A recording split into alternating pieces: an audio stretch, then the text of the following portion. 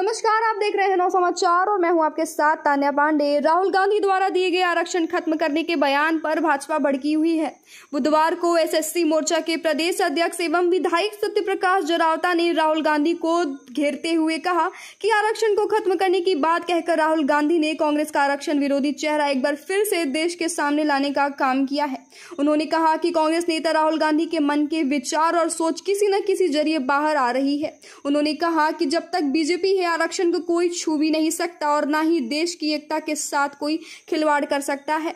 आगे सत्यप्रकाश जरावता ने क्या कहा, ये देखिए इस वीडियो में। खास प्रेस वार्ता को लेकर ये आज आप लोगों को मैंने तकलीफ दी है कि भारतीय पार्लियामेंट के संसद के जो विपक्ष के नेता हैं, कांग्रेस के नेता राहुल गांधी जी आजकल विदेश दौरे पर हैं और जब वो देश में रहते हैं तो भारत का संविधान उनके हाथ में होता है और हर मंच पर कहते हैं कि हम संविधान और आरक्षण की रक्षा करेंगे।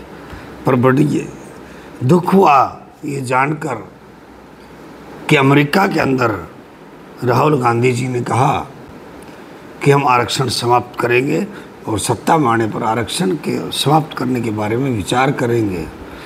ये कांग्रेस का दोगला चरित्र है।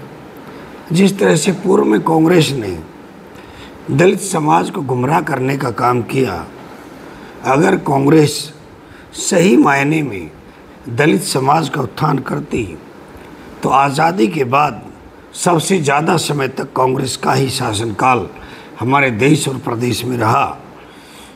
तो मैं जानना चाहता हूं कांग्रेस के नेताओं से कि आज़ादी के इतने वर्ष बाद भी दलित समाज वहीं का वहीं क्यों है। चुनिंदा 1% लोगों को दिखाकर और हम ये नहीं कह सकते कि इन लोगों का उत्थान हो गया। एक तरफ जब देश में जाते हैं, हर कार्यक्रम में जाते हैं, तो आप सब देखते हैं कांग्रेस के नेताओं के हाथ में संविधान होता है। तो ये कहीं ना कहीं दलित समाज को गुमराह करने की साजिश है। असली चेहरा जो उनका है, जो दिल की बात पर है, वो ज़बां पर कहीं ना कहीं आई जाती है। तो मैं इस बात की कड़े शब्दों में निंदा करता हूँ। और जब तक देश के अंदर आदरणीय नरेंद्र मोदी जी हैं, भारतीय जनता पार्टी की सरकार है, ना संविधान पर और न आरक्षण पर कोई आंख उठा सकता। मैंने इतनी ही बात आपसे करनी थी जी। भारतीय जनता पार्टी के शासन में वर्तमान में कई ऐसे अपराध सामने दलित बेटियों के साथ में हुए। उस समय सत्यप्रकाश जरावता, दलित नेता और तमाम भारतीय जनता पार्टी के नेता कहाँ रहते हैं? उस पर आवाज़ क्यों नहीं उठती है? उन लोगों को सज़ा क्यों नहीं होती है? दलितों को लेकर अगर बात की जाए तो मणिपुर में आज दलितों के साथ जो हो रहा है उस पर भारतीय जनता पार्टी क्या कर रही है? देखिए, जो मणिपुर का है, पहले हम सब उस किसी विषय तक जाइए। वो आपस में दलित समाज की ही दोनों जातियों का आपस में संघर्ष रहा है। ये कोई सवर्ण दलित का संघर्ष नहीं है वहाँ पर। और आप हरियाणा में लीजिए, आपको शायद याद नहीं होगा, जब मिर्चपुर के अंदर एक झोपड़ी के अंदर अपाहिज बाप को, अपाहिज लड़की को और अंधे उसके बाप को जलाकर मार दिया था और 300 वहाँ पर दलित परिवारों को गांव छोड़ने के लिए मजबूर होना पड़ा था, जिनका निवास हमने दिया। आपने गोहाना में देखा किस तरह से नंगा नाच वहाँ पर हुआ था और दलित समाज के लोगों घरों को, बस्तियों को जला दिया गया था। आज हरियाणा में ऐसा कोई घटना जो हमारे प्रशासन और सरकार की शक्ति के कारण घटना नहीं घट पाती, क्योंकि हमने ऐसी कमीशन बना दिया, हमने सफाई आयोग बना दिया, हमने ऑनलाइन FIR कर दी। फिर हमें यही सड़क है, यही गुरुग्राम है। हम लोग आंदोलन करते थे। हमारे पांडे जी की जब पत्रकारिता की दुकान अपना बाजार के बेसमेंट में होती थी, जब हम वहाँ से आंदोलन निकालते थे, तब FIR दर्ज कराने के लिए आंदोलन, ऑनलाइन FIR थी। बड़ा परिवर्तन आ चुका है।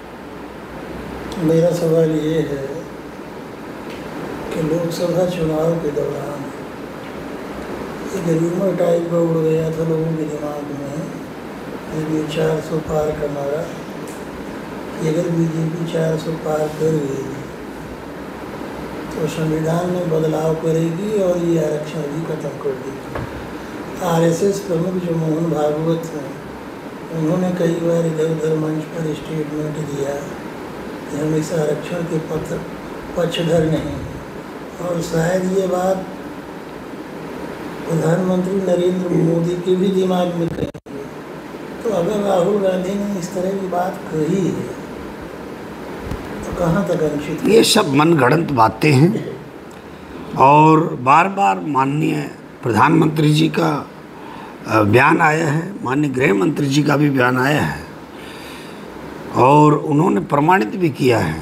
हरियाणा के अंदर क्लास 1 क्लास 2 में प्रोन्नति में रिजर्वेशन देकर, लेटरल एंट्री में रिजर्वेशन देकर, और उन्होंने प्रमाणित भी किया है जब देश के अंदर पुणे जब उन्होंने शपथ ली आदरणीय नरेंद्र मोदी जी ने संविधान को चूमकर कि भारतीय संविधान जिसके कारण हम सब लोग यहाँ बैठे हैं, उसको आज नरेंद्र मोदी जी ने कहा कि कोई आंच नहीं आने दी जाएगी। संविधान बदला, कई बार बदला, लेकिन वो कांग्रेस के टाइम में बदला। संविधान को बिल्कुल तहस नहस किया गया जब देश के अंदर आपातकालीन लगाया व्यवस्था का। हरियाणा के अंदर संविधान कभी लागू ही नहीं हुआ था कांग्रेस के कार्यकाल में, और हरियाणा में तो कहावत हो गई थी, जिसकी लाठी उसकी सरकार, जिसकी सरकार उसकी लाठी। तो यहाँ पर कांग्रेस के लोग अगर संविधान की बात करें तो हमें बड़ी तकलीफ़ होती है, और दलित समाज को ये गुमराह और डराने का काम इन लोगों ने किया कि कांग्रेस की भाजपा सत्ता में आती है तो आरक्षण ख़त्म करेगी, और वो डराने का काम किया, जबकि खुद राहुल गांधी ने अमेरिका में ये कहकर और एक किस्म से जो देश के अंदर जो ऐसे लोग हैं जो आरक्षण का विरोध करते हैं उनको सह देने का काम किया है। हरियाणा में विधानसभा का चुनाव है जी, और इसमें भारतीय जनता पार्टी के कई दिग्गज नेता जो प्रत्याशी के दावेदार हैं, उन्होंने पार्टी कांग्रेस के कार्यकाल में, और हरियाणा में तो कहावत हो गई थी, जिसकी लाठी उसकी सरकार, जिसकी सरकार उसकी लाठी। तो यहाँ पर कांग्रेस के लोग अगर संविधान की बात करें तो हमें बड़ी तकलीफ़ होती है, और दलित समाज को ये गुमराह और डराने का काम इन लोगों ने किया कि कांग्रेस की भाजपा सत्ता में आती है तो आरक्षण ख़त्म करेगी, और वो डराने का काम किया, जबकि खुद राहुल गांधी ने अमेरिका में ये कहकर और एक किस्म से जो देश के अंदर जो ऐसे लोग हैं जो आरक्षण का विरोध करते हैं उनको सह देने का काम किया है। हरियाणा में विधानसभा का चुनाव है जी, और इसमें भारतीय जनता पार्टी के कई दिग्गज नेता जो प्रत्याशी के दावेदार हैं, उन्होंने पार्टी छोड़ी, टिकट न मिलने से नाराज हो गए, और कुछ लोगों ने निर्दलीय पर्चा भी भर दिया अपना नामांकन। तो आप इसे कैसे देखते हैं कि गुड़गांव में लोग हराने का काम नहीं करेंगे पार्टी को? निश्चित तौर पर देखिए, हम स्वार्थ की राजनीति नहीं करते। भारतीय जनता पार्टी का सिपाही हूँ, और मैंने पिछले 5 साल में अपने इलाके में बहुत काम किया, विधानसभा में भी अपनी आवाज़ बुलंद की। पार्लियामेंट के चुनाव आए तो हालांकि बहुत दुविधा थी, यहाँ पर बहुत फंसी हुई हमारी सीट थी उस समय पार्लियामेंट में, लेकिन भारतीय जनता पार्टी के कार्यकर्ताओं ने मेहनत की। हमने वहाँ पर पटौदी में अच्छी मेहनत की, और वहाँ से 52,000 वोटों के लगभग हमने जिता कर आदरणीय राव इंद्रजीत सिंह जी को भेजा, और उसके बाद भी हम लोग काम कर रहे हैं, आज भी काम कर रहे हैं। टिकट लड़ना नहीं लड़ाना ये पार्टी के शीर्ष नेतृत्व का काम है, उनको कहाँ हमारी आवश्यकता है। एससी मोर्चे का प्रदेश का अध्यक्ष हूँ, तो कहीं कुछ और दायित्व या ड्यूटी उन्होंने चुनाव में, जिस तरह से आज ये ड्यूटी है, इसी प्रकार कोई और दायित्व मुझसे पार्टी ने काम लेना होगा, और इसलिए हम पार्टी के निष्ठावान कार्यकर्ता की बात इसमें काम कर रहे हैं। जरावता जी, ये कैसे देख रहे हैं कि दलित वोट जो है इस बार फिर आपके बीच में, बहुजन समाज पार्टी है आपके बीच में, अब चंद्रशेखर की पार्टी एएसपी भी पहुंच गई है और उनके साथ गठबंधन है, तो क्या और आम आदमी पार्टी भी आपके साथ उतर रही है? तो हरियाणा का से दलित वोट ये लोग काटने का काम करते हैं। हरियाणा का जो होगा भारतीय जनता पार्टी का, हरियाणा का दलित समाज बहुत सुलझा हुआ है, क्योंकि हरियाणा के दलित समाज की बागडोर कर्मचारी और अधिकारियों के नेतृत्व में रहती है। बाकी तो हमारे गांव में लगे रहते हैं, और एक अगर कोई कर्मचारी है तो अपने मोहल्ले के अंदर कम से कम 25-30 घरों को लीड करता है, क्योंकि उनके सुख दुख में वही खड़ा मिलता है, यारी रिश्तेदारी में वही खड़ा मिलता है। तो जो मोमेंट है हमारे दलित समाज का, हरियाणा में पढ़े लिखे लोग संभालते हैं और उनको पता है कि उनका हित कहाँ है। आज तक बीएसपी के फेल होने का कारण हरियाणा में यही रहा कि हरियाणा का दलित समाज जानता है, चाहे बीएसपी हो चाहे चंद्रशेखर रावण हो, वो सिर्फ और सिर्फ यहाँ बरगलाने और बहकाने का काम करते हैं। सर मेरे आपसे ये सवाल था, एक तरफ राहुल गांधी है ना आरक्षण की बात कर रहे हैं, दूसरी तरफ 200 यात्रा भी निकाले, उसका विधानसभा चुनावों पे असर कितना देख रहे हैं, पड़ेगा? निश्चित तौर पर पड़ेगा।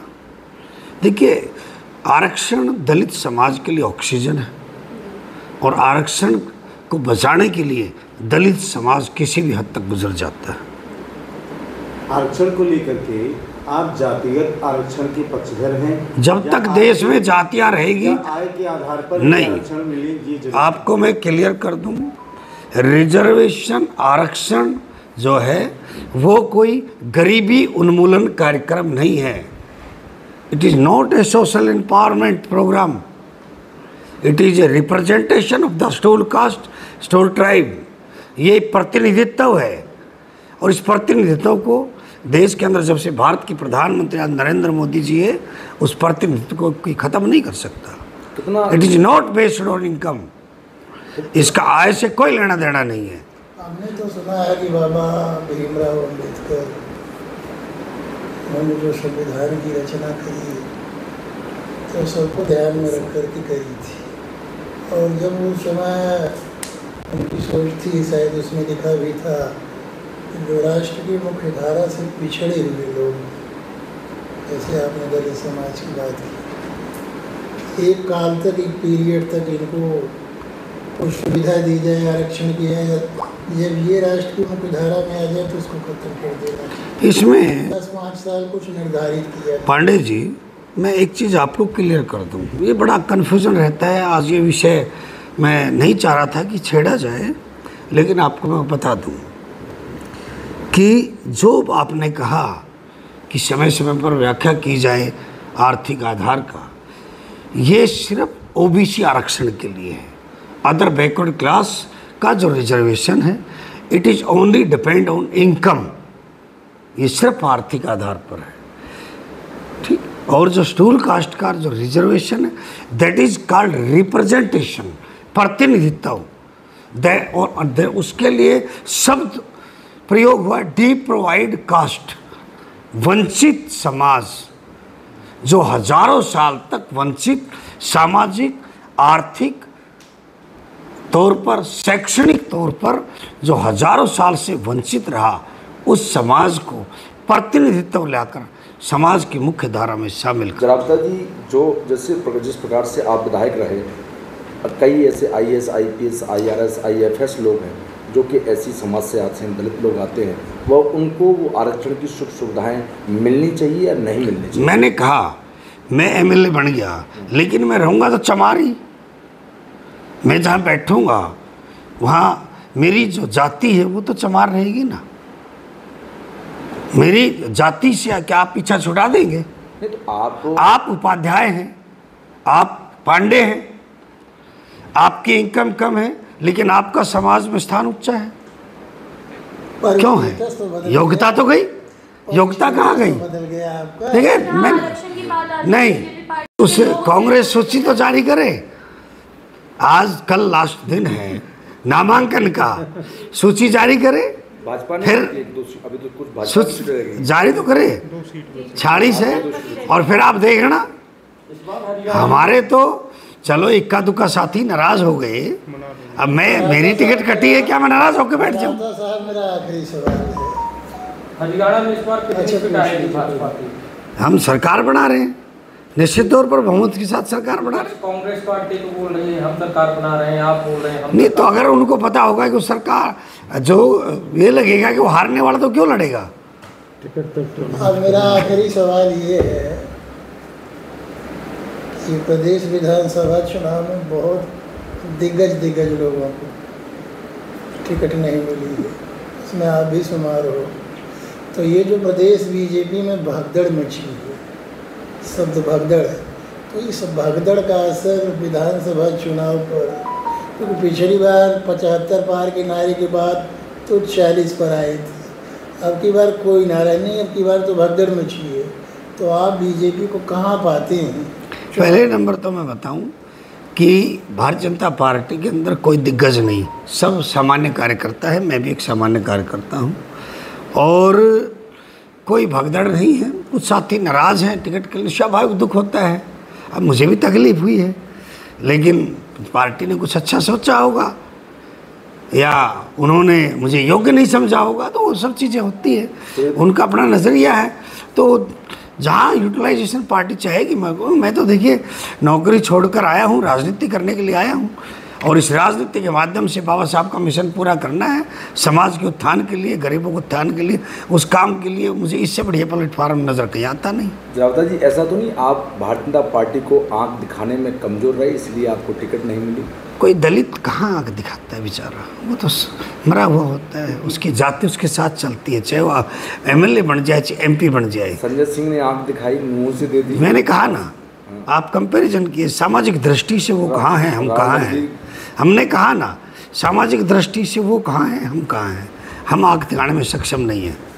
दलित समाज का कोई नेता, कोई आज कुमारी शैलजा की, अच्छा आपने शुरू कर दिया, कुमारी शैलजा जी का क्या हाल है आप पूछिए, इस्तीफा तक की पेशकश कर दी उन्होंने अशोक तौर की। देखिए आप देखिए दलित समाज का, आप समझिए, आप दलित इसलिए कहा ना कि ये कमज़ोर समाज है, और ज़्यादा तो क्या कहूँगा, फिर वो थोड़ा सा गलत हो जाएगा।